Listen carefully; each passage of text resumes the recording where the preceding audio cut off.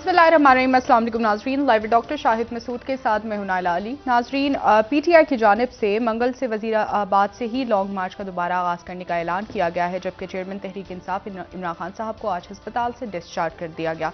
दूसरी जानिब आजम खान सवाती साहब की मुबैना वीडियो के दावे पर चौथा रुकनी कमेटी तश्कील दे दी गई है। इससे समेत दिन भर जो हम मौजूद रहे उन पर बात करेंगे। हमारे साथ स्टूडियो में मौजूद हैं डॉक्टर शाहिद मसूद। अस्सलाम वालेकुम डॉक्टर साहब। वालेकुम जी, आपको भी सर, लॉन्ग मार्च दोबारा शुरू करने का ऐलान कर दिया है आज पीटीआई की क़यादत ने, और कहा जा रहा है कि वहीं से जहां से छोड़ा गया था लॉन्ग मार्च को वहीं से आगाज़ कर दिया जाएगा, वजीराबाद से। यानी कि क्या समझ रहे हैं इस फैसले के हवाले से मैं आपकी राय जानना चाहूँगी, और वज़ीर आज़म साहब भी मिस्र के दौरे पर रवाना हो चुके हैं, उस हवाले से भी मैं आपकी राय जानना चाहूँगी। देखिए, ये अगले चंद रोज़ तलखी तो कम रहेगी जी। मुल्क में बज़ाहिर अब तक जो सूरत हाल है, लेकिन आप समझें कि वो कहते हैं ना कि तह के अंदर मुख्तलिफ तूफ़ान और मुख्तलिफ मामलात जो हैं वो समंदर ऊपर से पुरसकून नज़र आएगा, लेकिन अंदर लहरों में कशीदगी रहेगी। तीन चार बातें अहम हैं। पहली बात तो ये है कि इमरान खान साहब के ऊपर हुकूमत ने अगले चंद दिनों में बहुत से मुकदमात कायम करने का फ़ैसला किया, और उसमें आर्टिकल 63(1) का भी जिक्र हो रहा है, जिसमें यह कि अफवाज पाकिस्तान और मुल्क की सिक्योरिटी के हवाले से जो है वो मुकदमात कायम किए जाएं, और बाकी जो FIA और बाकी जो मामलात हैं उनमें भी तेज़ी, कल से वो तौहीन अदालत के मामलात और बाकी मामलात, तो ये अगला एक हफ़्ता जो है, हफ़्ता या 10 दिन, इसमें हुकूमत भरपूर अंदाज में इमरान खान साहब पे मुख्तलिफ संगीन नौइयत के मुकदमात कायम करने जा रही है, उन पे भी और PTI की दूसरी क़यादत पे भी।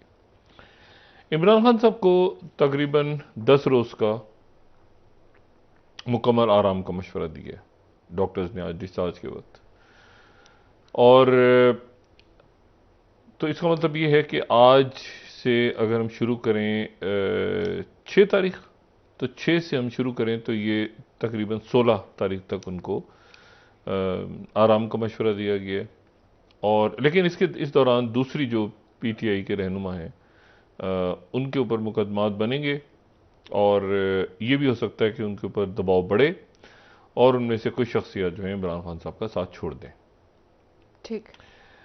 और ये भी ये मुमकिनात में से है। ये वो बातें हैं जो यहाँ इक़्तिदार की ईवानों में बहस में है इस वक्त। सही।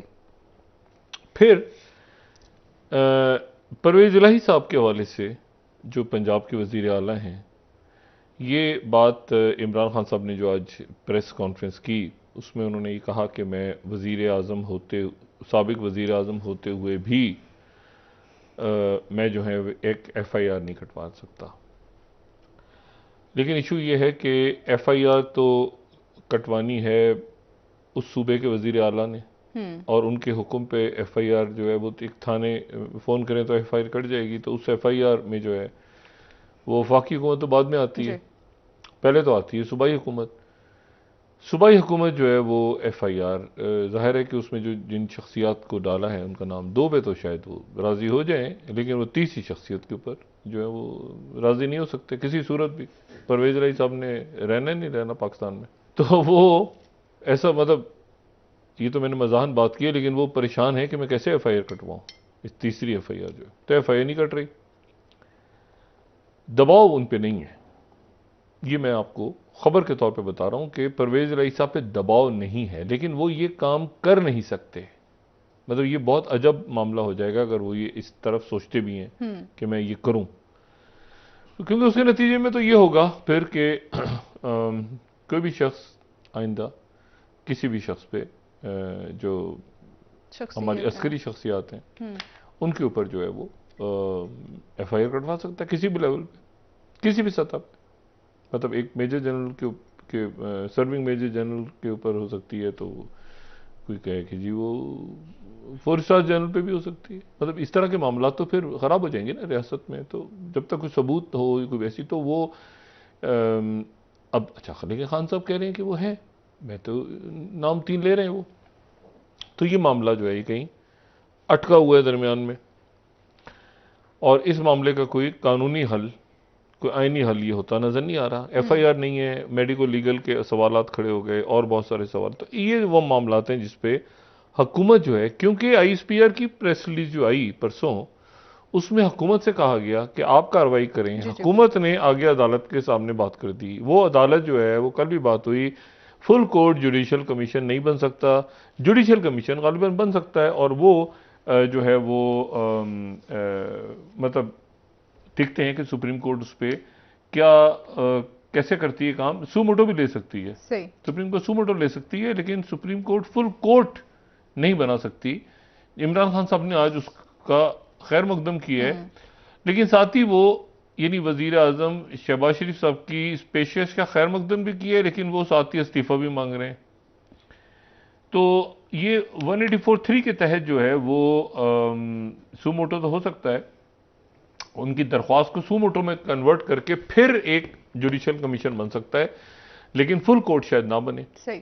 तो ये आने वाले दिनों में देखते हैं कि इसमें ये मामला अदालतों में और मुकदमात के हवाले से कहाँ जाता है। फिर दूसरी बात, इसमें जो इमरान खान साहब के जहन में है वो ये है, देखें आज उन्होंने बात की, ये ज़ाहिर है प्लान ऊपर नीचे खान साहब इसको देख के डिसाइड करेंगे कि क्या किस तरह से, यानी आज ही बात हुई कि 10 से प्लान नहीं है, मतलब वजीराबाद से शुरू होगा तो अगले 10 से 15 दिन, अगर हम 10 से 15 दिन इसको लगाते हैं तो ये शुरू होता है मंगल, तो फिर उससे अगला मंगल, यानी ये कोई 21-22 तारीख तक ये आएगा रावलपिंडी में, या उससे आगे पीछे आप जो भी दिन लगा लें।